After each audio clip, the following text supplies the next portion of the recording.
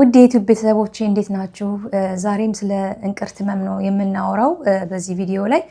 እንግዲህ ከዚህ በፊት በሰራኋቸው ቪዲዮዎች ላይ የእንቅርት ህመም ወይንም ሃይፐር ታይሮይዲዝም እንደነበረብኝ፣ ከሃይፐር ታይሮይዲዝም እንዴት እንደዳንኩኝ፣ ምን ያህል አመት እንደፈጀብኝ ሁሉ ገልጬላችኋለሁ እና እነዚህን ቪዲዮዎች ደግሞ ተከትሎ አንዳንድ እህቶቼ እኔ የሃይፖታይሮይድ ችግር ነው ያለብኝ፣ እኔ ደግሞ የኤስትሮጅን ሆርሞን ችግር ነው ያለብኝ፣ ምን ላድርግ የሚል ጥያቄ ጠይቃችሁኛል እና ያላችሁበትን ሁኔታ በጣም እረዳለሁ። ጭንቀታችሁን በጣም እጋራችኋለሁ። ምክንያቱም እኔ ለረጅም አመት በተመሳሳይ ጥያቄ በጣም ኳትኛለሁ እና በጣም ከብዙ ሙከራ ከብዙ ሪሰርች መጨረሻ ላይ የተስተካከለልኝ እና አሁን እንደገና ደግሜ እንደዚህ አድርጌ ነው ብዬ ሌሎች ቪዲዮ ላይ ያሉትን ነገሮች መድገም አልፈልግም። ግን ዛሬ እዚህ ቪዲዮ ላይ ሁለት ነገር እነግራችኋለሁ። አንደኛ ስለ ፒቢኤ እንዴት ሆርሞን ላይ ችግር ሊያመጣ እንደሚችል ምን እንደሆነ እሱን እገልጽላችኋለሁ። ሁለተኛ ደግሞ የ30 ቀን ቻሌንጅ ለራሴ ልገባ ነው። ያንን ቻሌንጅ መቀላቀል ከፈለጋችሁ ኮሜንት አድርጉልኝ። ይሄ ቻሌንጅ በጣም ቀላል ነው። ሁላችንም በየቤታችን በየቀኑ ልናደርገው የምንችል ትንንሽ ልማዶች ናቸው እና በአጠቃላይ ጤናችንን ያግዛሉ ብዬ የማስባቸው ልማዶች ናቸው። የመጀመሪያው ሆርሞንን ያዛባል ተብሎ ከሚጠቀሱ ኬሚካሎች አንደኛው ፒቢኤ ነው። ፒቢኤ ደግሞ ፕላስቲክ እቃዎች የሚሰሩበት ኬሚካል ነው። ይሄ ፒቢኤ ምን ላይ ሊገኝ ይችላል? ውሃ ኮዳዎች ላይ፣ የፕላስቲክ ምሳቃዎች፣ የተለያዩ በፕላስቲክ እቃዎች ታሽገው የሚሸጡ ምግቦች ሊሆኑ ይችላሉ። ውሃ ታሽጎ የሚሸጥ ውሃ ራሱ ፕላስቲኩ የሚሰራበት ውስጥ ሊገኝ ይችላል እና ይሄ ኬሚካል በጣም በሚገርማችሁ ሁኔታ ሰውነታችን ውስጥ ሲገባ ሰውነታችንን ግራ ያጋባዋል። በምን ካላችሁ ይሄ ኬሚካል ከኤስትሮጅን ሆርሞን ጋር ተመሳሳይነት አለው። ስለዚህ ሰውነታችን ውስጥ ሲገባ ሰውነታችን ግራ ስለሚጋባ ትክክለኛው ሰውነታችን የሚያመርተው ኤስትሮጅን ስራውን በአግባቡ እንዳይሰራ እክል ይፈጥርበታል ማለት ነው። ሌላው ደግሞ ከዚህ በፊት ያልጠቀስኩላችሁ ማይክሮፕላስቲክ ነው። ማይክሮፕላስቲክ ማለት ትንንሽ የፕላስቲክ ብናኞች ናቸው። መጠናቸው ከ5 ሚሊሜትር ያነሱ ወይም ደግሞ የሰሊጥ አንዱ አለች አይደለ? ሳይዙ ከሱ ያነሰ አንዳንድ ጊዜ በአይናችንም ልናያቸው የማንችላቸው በጣም መጠናቸው ያነሰ ፕላስቲክ ብናኞች ማለት ነው። እነዚህ ብናኞች እንዴት ወደ ሰውነታችን ሊገባ ይችላል ካላችሁ አንደኛ ቅድም የጠቀስኩላችሁ የፕላስቲክ እቃዎች አሉ ቤት ውስጥ የምንጠቀምባቸው። ሁለተኛ የፕላስቲክ መክተፊያ፣ ብዙ ጊዜ አይታችሁ ከሆነ ስንከትፍ ራሱ ነጭ እንደ ብናኝ ነገር እናያለን አይደለ? ያ ፕላስቲክ ነው። ያን ወደ ሰውነታችን የሚገባው። ሌላው ደግሞ አንዳንድ ሲንተቲክ የስፖርት ልብሶች አሉ። አሁን እንደዚህ አይነት ልብሶች በምንጠቀምበት ጊዜ ፀሐይ ሲነካው ሙቀት ከላባችን ጋር ፍሪክሽን አለ፣ ከሰውነታችን ጋር ሲተሻሽ እነዚህ ትንንሽ ፕላስቲኮች ወደ ቆዳችን ውስጥ ይገባሉ። ቆዳችን ደግሞ ድፍን አይደለም፣ ቀዳዳ አለው። ያደረግንበትን ነገር በሞላ ወደ ውስጥ ነው የሚመጣው። ስለዚህ እንደዚህ አይነት ልብሶችን ላለመጠቀም መሞከር ነው። ከዛ በተጨማሪ ደግሞ እንደዚህ ተነክሮ የሚሸጥ ሻይ ቅጠል አለ አይደለ? እነሱ ሻይ ቅጠሎች ይሄ ሻይ ቅጠሉን የሚይዘው አንዳንድ በፕላስቲክ የሚሰራ አለ እና ሻይ ውስጥ ሙቀት ነው አይደለ? እዛ ስር ስንከተው ይህ ኬሚካል ወደ ሻያችን ይዋሃዳል፣ እኛ ደግሞ እንጠጣዋለን ባለማወቅ ማለት ነው። ስለዚህ መፍትሄው ምንድነው ካላችሁ ፕላስቲክ እቃዎችን ማስወገድ፣ ፕላስቲክ ነገሮችን በተቻለን መጠን መቀነስ። ሙሉ ለሙሉ ማስወገድ እንኳን ባንችል መቀነስ እንችላለን። በዚህ መልኩ ጤናችንን መጠበቅ እንችላለን ማለት ነው። ከኔ ተሞክሮ ብዙ ጊዜ ሰውነታችን ተፈጥሯዊ ሚዛኑን ሲያጣ የተለያዩ የጤና ችግሮችን ልንመለከት እንችላለን።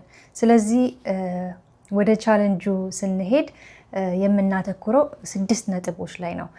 አንደኛው እንቅልፍ ነው።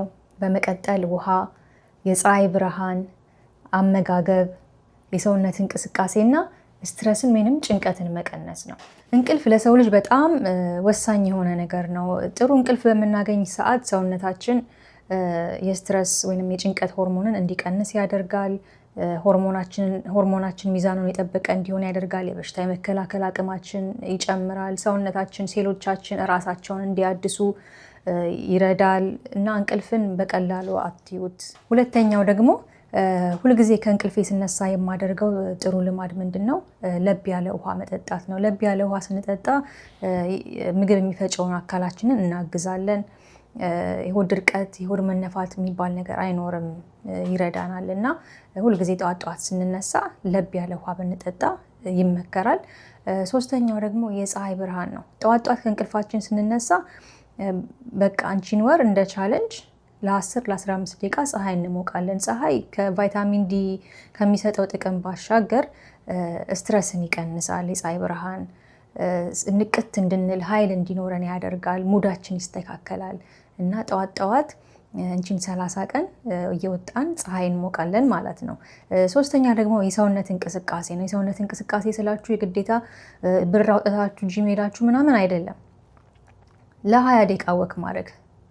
ፀሐይ የሞቃችሁ አይደለ? ጠዋት በዛው ያንቺን 15 ደቂቃ ወክ እያደረጋችሁ ፀሐይ መሞቅ በጣም ቀላል ነው። እንደዛ ማድረግ ትችላላችሁ። አምስተኛው ደግሞ ጭንቀት ወይም ደግሞ ስትረስ ነው። ሰውነታችንን በምንጨነቅበት ጊዜ ኮርቲሶል የሚባል የስትረስ ሆርሞን ሰውነታችን ውስጥ ይለቀቃል ማለት ነው። ይህ ደግሞ ሲበዛ ምን ያስከትላል? ምግብ መፈጨት ስነ ስርዓታችንን እንዲዘግም ያደርጋል። አንድ ሁለተኛ ደግሞ እንደዛ በሚሆንበት ሰዓት ሰውነታችን ከምግብ የሚያገኘው ንጥረ ነገር ወደ ሰውነታችን አብዞርብ እንዳይደረግ ወይም ሰውነታችን እንዳይጠቀመው እንቅፋት ይሆንበታል። ለምሳሌ በጣም የስትረስ ሆርሞን ኮርቲሶል ሰውነታችን ውስጥ ከፍ ሲል አይረን ሰውነታችን አይረን የሚባለውን ንጥረ ነገር አብዞርብ እንዳያደርግ ወይም እንዳይጠቀም ያደርገዋል። ይህ ደግሞ ለአይረን እጥረት እንድንጋለጥ ያደርገናል ማለት ነው። ስድስተኛው እና የመጨረሻው አመጋገባችን ነው። ምግብ በጣም ወሳኝ ነገር ነው። ምግብ መድኃኒት ነው። ምግብ ያድናል፣ ምግብ ይገላል። ስለዚህ ሆዳችን ውስጥ የምናስገባውን ነገር ማንኛውንም ምግብ ከመብላታችን በፊት ይሄ ምግብ ሰውነቴ ውስጥ ገብቶ ይጠቅመኛል ወይስ ይጎዳኛል ብሎ መጠየቅ ያስፈልጋል። ምግብ ለመጥገብ ብቻ ወይም ሆድ ለመሙላት ብቻ ሳይሆን ሰውነቴ ስራውን ለመስራት ምን አይነት ንጥረ ነገር ያስፈልገዋል ብሎ መጠየቅ ያስፈልጋል። አሁን ለምሳሌ ፕሮቲን በጣም ወሳኝ የሆነ ነገር ነው። ሴሎቻችን፣ አይምሯችን፣ ብሬናችን፣ ፀጉራችን፣ ጥፍራችን ይህ ሁሉ ነገር ፕሮቲን ያስፈልገዋል። ስለዚህ በቂ ፕሮቲን መብላታችንን እርግጠኛ መሆን። ፕሮቲን ደግሞ የምናገኘው ከአሳ፣ ከእንቁላል፣ ከስጋ ከመሳሰሉት ነው። ጾም ደግሞ ከሆነ ከምስር፣ ከአተር፣ ከባቄላ፣ ከቶፉ ወይም ደግሞ ከሶያ እናገኛለን። ስለዚህ አመጋገባችን ላይ በተቻለ መጠን እነሱን ኢንክሉድ ማድረግ ነው። ሌላው ደግሞ ስኳር የበዛባቸው ምግቦች እነሱን በተቻለን መጠን መቀነስ። ስኳር ሲባል ይሄ ሻይ ውስጥ የምንጨምረውን ስኳር ብቻ አይደለም የምላችሁ። ዳቦ፣ ፓስታ፣ ነጭ ሩዝ እነሱን ሁላ በተቻለን መጠን መቀነስ ነው እና ፍራፍሬ፣ አትክልት ላይ የበለጠ ማተኮር ማለት ነው። እና እንግዲህ ቻለንጁ ይህን ይመስላል። ብዙ የሚከብድ ነገር የለውም አይደለም። በቀላሉ ሁላችንም በየቤታችን ልናደርጋቸው የምንችለው ቻለንጅ ነው። እና በአንድ ጊዜ እንግዲህ 1 ወር ቻሌንጅ ስላደረጋችሁ ሆርሞናችሁ ይስተካከላል ማለት አይደለም። እኔ እንኳን ነግሬያቸዋለሁ አይደለ? ከ2 ዓመት በላይ ፈጅቶብኛል። እነዚህንና ሌሎችም ቀጣይ ቪዲዮ ሰራላችኋለሁ። ብዙ ያስተካከልኳቸው ነገሮች አሉ እና እነሱ ሁሉ ድምር ውጤት ነው ሆርሞን እንዲስተካከል ያደረገው። እና ይህንን ቻሌንጅ የምትቀላቀሉ ከሆነ ኮሜንት አድርጉልኝ። እኔ ከነገ ጀምሬ ቻሌንጁን እጀምራለሁ።